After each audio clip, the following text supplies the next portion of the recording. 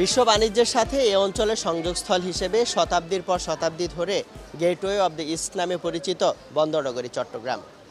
সে গেটওয়ের প্রধান কেন্দ্র বলা হয় খাতুনগঞ্জকে।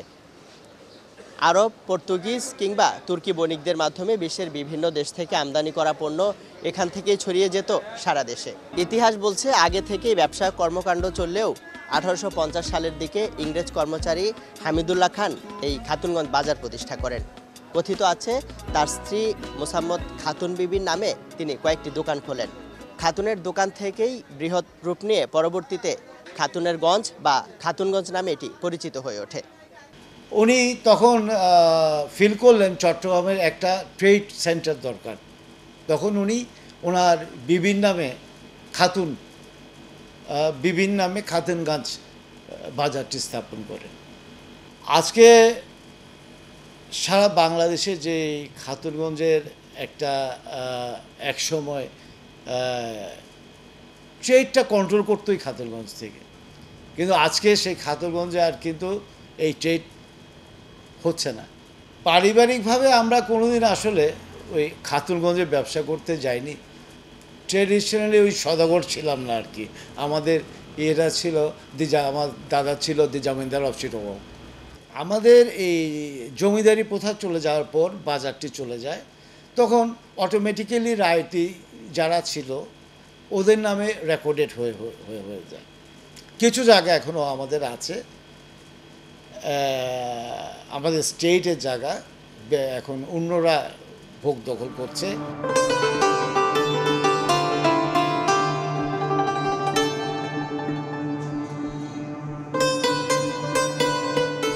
চাল, ডাল, তেল, চিনি, ছোলা, আদা, রসুন, পেঁয়াজ, মশলা জাতীয় পণ্য, ফল, এমনকি শুটকি কি নেই এখানে। বিশ্বের বিভিন্ন দেশ থেকে আমদানি করা পণ্য যেমন এখান থেকে সারা দেশে ছড়িয়ে যায়, তেমনি দেশে উৎপাদিত পণ্যের বিক্রি কিনেও সমান তালে চলে এই ব্যবসা কেন্দ্রে।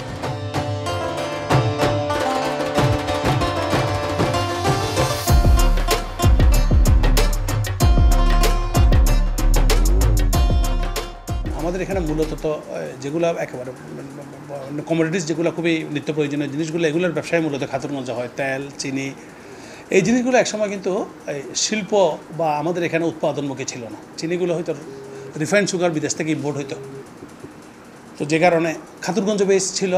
বড় বড় ইম্পোর্টাররা সব খাতুনগঞ্জ বেস ছিল। তার মানে সারা বাংলাদেশের পণ্যটা খাতুনগঞ্জ থেকেই যেতে হইতো।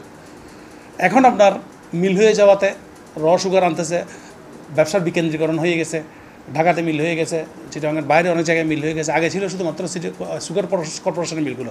আমি জাস্ট একটা বলতেছি আর কি, চিনির ব্যাপারটা। প্রথমে সুগার কর্পোরেশন থেকে এই চিনিগুলো ডিলারের মাধ্যমে এখানে সরবরাহ করা হতো। ডিলাররা তুলে এনে, এবং ডিলারদের মধ্যে সিংহভাগ ডিলার এই অঞ্চলেই ছিল, খাতুনগঞ্জ চাকতাই অঞ্চলে। তো ওনারা তুলে সারা বাংলাদেশে চিনিগুলো ডিস্ট্রিবিউট হতো।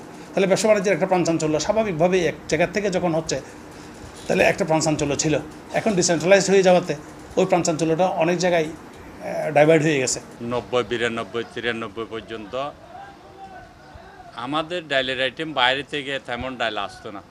অস্ট্রেলিয়া, কানাডা, কিছু ডাল আসতো নেপালে চিকন ডালটা, এগুলো। আর হলো চাঁদপুরের মসুর ডাল, রমজান মাসে চাঁদপুর থেকে চলে আসতো, এগুলো দিয়ে কভার হয়ে যেত। এরশাদ পতন এরশাদের আমলে কিছু কিছু ডান ফিস আসছিল। এই ডান ফিস এটা মার্কেট ধরার পর ডান ফিস যখন আসা শেষ হলো, এই সাদা মোটর অস্ট্রেলিয়া, কানাডা এই শুরু হইল রে সাটারে।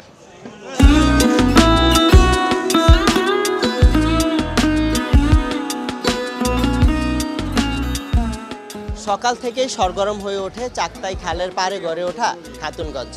ব্যবসায়ী থেকে কর্মচারী, পরিবহন শ্রমিক কিংবা কুলি মজুর, পণ্যের পসরায় যেখানে কেউ জীবিকা সাজান আর কেউ গড়েন বৃত্তের পাহাড়। মুদ্রা কথা, ব্যবসা বাণিজ্যের আজব এক কারবার এই খাতুনগঞ্জ। আমাদের এখানে তো হলুদ হইতে, ময় মশলা হইতে, আপনার পেঁয়াজ হইতে, আদা হইতে, লেসুন হইতে, জিরা হইতে, মানে যা আছে জবি তো, মানে ডাল ডুল হইতে যা আছে, মানে সম্পূর্ণ সব কিছুই হয়তো আমাদের এখানে হয়, বুঝছেন? তাই আর কি, মানে সব কিছু কাজে আমাদের করা হয়। আমাদের হয়তো গাড়ি লোড আনলোড দেওয়া আর কি, তাই আর কি আমাদের কাজে এটা। আমরা কাজ করি মাঝের কাম, এই মশলার জাতির এই ট্রান্সপোর্টের কাম, মশলার কাম, এই গাড়ি লোড আনলোড চলে। আসলে গাড়ি আনলোড করে লোড দেই। আমরা মাল ডেলিভারি দিলে পারিছিলাম পয়সা পাই, এই ধরুন না, মশলা জাতীয় মাল জিরা ডেলিভারি দিলে বস্তা 10 টাকা দেয়, এলাচি ডেলিভারি দিলে 16 টাকা পয়সা দেয়, এরকম মাল যা দেবে বেশি দেবো তা পয়সা পাবো, গাড়ি নামাইলে আনলোডের টাকা পাই।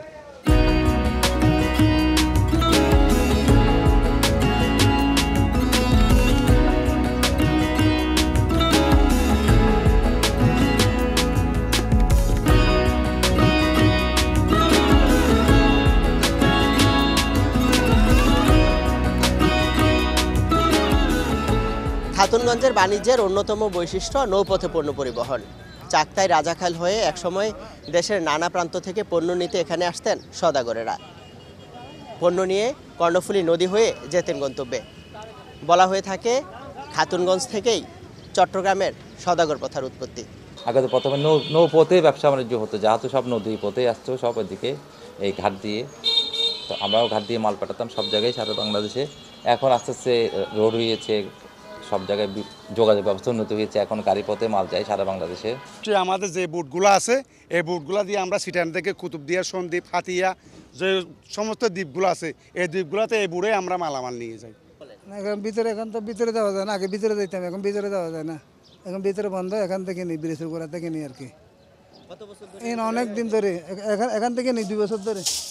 আমাদের আর কুতুবদিয়া তো এই বোট ছাড়া কোনো যাতায়াত নেই, আমাদের নদীর পথে যেতে হবে। কেন আমাদের কুতুবদিয়া দ্বীপ এলাকা, আমাদের কোনো কি নেই, কোনো ব্রিজ নেই, যাবে সুযোগ নেই।